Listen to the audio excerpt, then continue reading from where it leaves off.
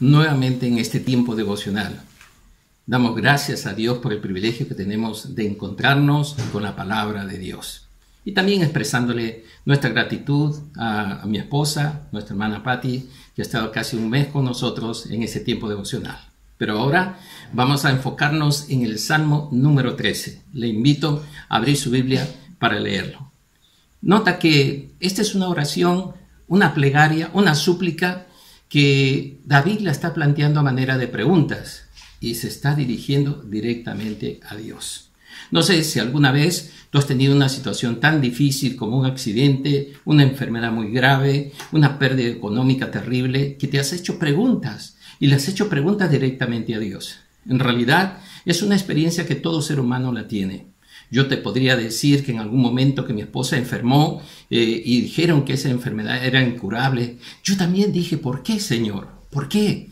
Realmente es una pregunta que surge a veces del corazón porque quisiéramos entender los misterios de Dios. Lo bueno es que el Señor siempre responde a nuestras oraciones y su gracia abunda. Aquí David nos está inspirando para orar y no solo para preguntarnos ¿por qué, Señor? ¿Para qué, Señor? Él va un paso más allá. Permíteme compartirte estos principios. En primer lugar, Él nos muestra que la oración nos fortalece.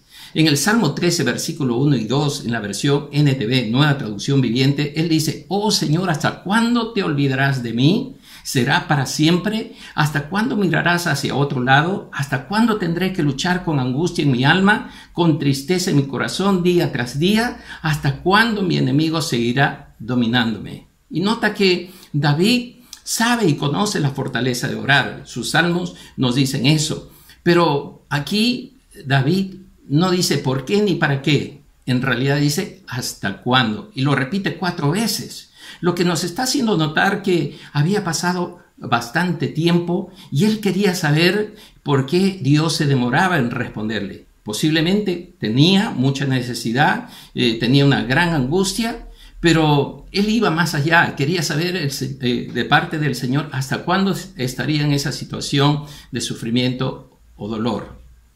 Nota que estas frases están nutridas también de algún momento de David de sentirse como olvidado, con tristeza, con angustia, con dolor, y siente que el enemigo lo está controlando o dominando.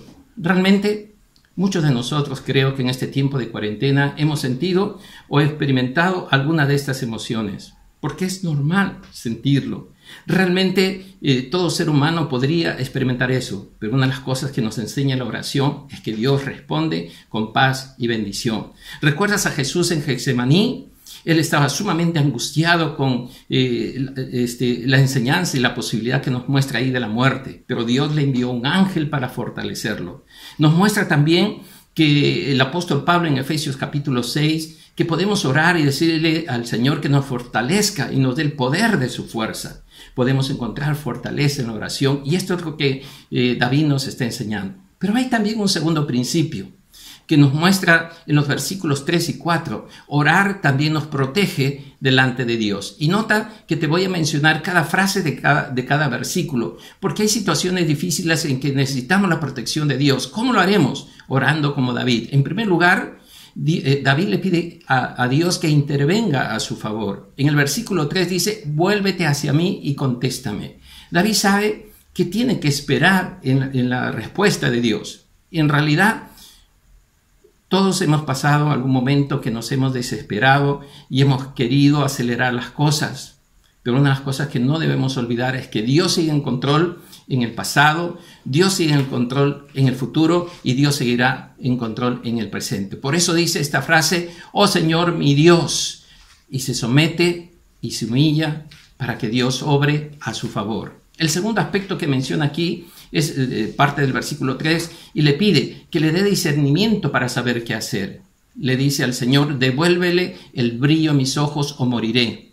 En situaciones de crisis necesitamos que Dios nos ilumine, que Dios nos muestre el camino para tomar buenas decisiones. En crisis, en dolor, en situaciones de tensión, es difícil tomar decisiones. Tenemos que volver a enfocarnos en Dios para poder encontrar su guía y no centrarnos en nosotros mismos.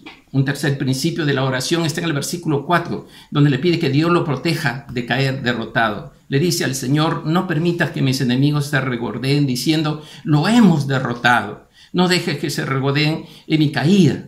David confía en que Dios le dará la victoria. Confía en que sus enemigos no llegarán a burlarse de su fe.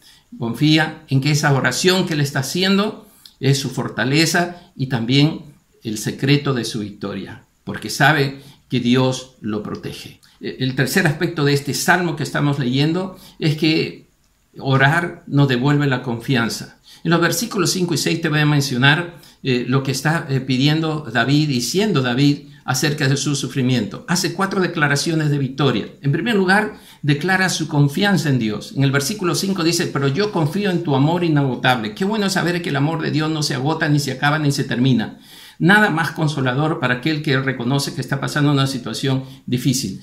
El amor de Dios es inagotable aún en medio del sufrimiento. Es parte de la misericordia de Dios y eso nos permite reconocer que nunca lo merecemos. La segunda declaración es que declara su liberación. El versículo 5, la segunda parte dice, me alegraré porque tú me has rescatado. Se identifica con su salvación, la gratitud que le produce esta experiencia de liberación, de restauración que Dios ha obrado en él. Sabe que Dios le responderá y él se alegra por anticipado. Hay gozo en su corazón. La tercera declaración es la declaración de adoración. El versículo 6 dice, cantaré al Señor. En medio de la prueba no deja de adorar y alabar a Dios. Es parte de su fe. Y nosotros sabemos como creyentes que hay muchos motivos para adorar al Señor aún en el dolor. Y su cuarta declaración está en el versículo 6, también la segunda parte, cuando dice, porque Él es bueno conmigo. David comprueba que a pesar de sus dificultades y sufrimiento, no se ha olvidado que Dios es bueno. Entiende que todo lo que está pasando es parte del proceso en que Dios está formando su vida. Y Él no es ingrato, está agradecido. Dios es bueno y siempre lo será. Hay confianza para orar en el Señor y declarar su bondad. Y como siempre lo hemos hecho en las otras versiones de los devocionales, vamos a dejar 3 motivos de oración. En primer lugar, pidámosle a Dios que nos ayude a mantenernos en la fe a pesar del sufrimiento. En segundo lugar, pidámosle a Dios que extienda su gracia sobre todos los infectados. Y en tercer lugar, pidámosle a Dios por todos los que están desamparados en sus ingresos económicos. Mis hermanos, mi mejor deseo es que Dios nos siga bendiciendo y respondiendo a nuestras oraciones. Muchas bendiciones.